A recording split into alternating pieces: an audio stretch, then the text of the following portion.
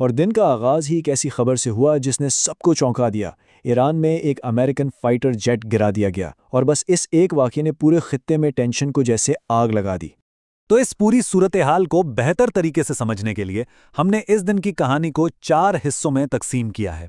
شروعات ہوگی middle asset کے بحران سے، پھر دیکھیں گے پاکستان کے اندر کیا چل رہا تھا، اس کے بعد ڈپلومیسی اور علاقائی آوازوں پر نظر ڈالیں گے، اور آخر میں کچھ اچھی اور حوصلہ افزا خبروں پر بات کریں گے۔ تو چلیے سب سے پہلے بات کرتے ہیں مشرق وسطیٰ کی۔ یہاں ایران کے گرد واقعات کا ایک ایسا سلسلہ شروع ہوا کہ پوری دنیا کی نظریں اس طرف لگ گئیں۔ اور یہاں ذرا واقعات کی رفتار دیکھیے۔ پہلے امریکن صدر ٹرمپ نے ایران کو 48 گھنٹے کی ڈیڈ لائن دی کہ آبنائے ہرمز کھولو، پھر ایک American F-15 fighter jet Iran کے اوپر مار گرا دیا گیا۔ اس کے بعد جب امریکہ نے اپنے عملے کے لیے ریسکیو آپریشن شروع کیا تو وہاں شدید جھڑپ ہو گئی، اور ان سب کے جواب میں ایران کے پاسداران انقلاب نے اعلان کر دیا کہ وہ اس خطے کو امریکہ اور اسرائیل کے لیے جہنم بنا دیں گے۔ مطلب حالات تیزی سے بگڑ رہے تھے۔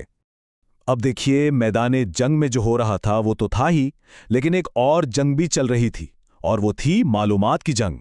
امریکہ کہہ رہا تھا کہ F-15 کے ویپن سسٹم آفیسر کے لیے ریسکیو آپریشن جاری ہے، لیکن دوسری طرف روسی ٹی وی کا دعویٰ تھا کہ ریسکیو کوشش کے دوران ایک اور امریکی ہیلی کاپٹر تباہ ہو گیا ہے۔ تو سچ کیا تھا؟ یہ اس وقت صاف نہیں تھا، بالکل ایک دھند کی طرح۔ اور یہ جو آگ تھی نا، یہ صرف ایک جگہ تک محدود نہیں رہی۔ دیکھتے ہی دیکھتے کویت میں تیل اور مالیاتی وزارتوں پر ڈرون حملے ہوئے۔ بحرین میں ڈرون حملے سے تیل کے ذخائر میں آگ لگ گئی۔ پھر الزام لگا کہ اسرائیل اور امریکہ ایران میں شہری انفراسٹرکچر تباہ کر رہے ہیں، جس میں ایک تاریخی اسٹیڈیم بھی شامل تھا۔ اور شاید سب سے خطرناک بات، ایران کے وزیر خارجہ نے اقوام متحدہ کو خبردار کیا کہ بشیر نیوکلیئر پلانٹ کے پاس حملوں سے ریڈیشن لیک ہو سکتی ہے۔ تو اب یہ صرف ایک فوجی جھڑپ نہیں رہ گئی تھی، اس کا دائرہ بہت بڑھ چکا تھا۔ ہمیشہ یاد رکھنا چاہیے کہ ان بڑی بڑی جیو پولیٹیکل خبروں کے پیچھے ایک انسانی قیمت ہوتی ہے۔ ایران کے معاشر پیٹرو کیمیکل پلانٹ پر حملہ ہوا اور اس میں 5 لوگوں کی جان چلی گئی۔ صرف اتنا ہی نہیں، اسی حملے میں 170 سے زیادہ لوگ زخمی بھی ہوئے۔ یہ نمبرز صرف عدد نہیں ہیں، یہ ہمیں یاد دلاتے ہیں کہ جب بھی کوئی تنازع ہوتا ہے، اس کا اصل بوجھ عام لوگ اٹھاتے ہیں۔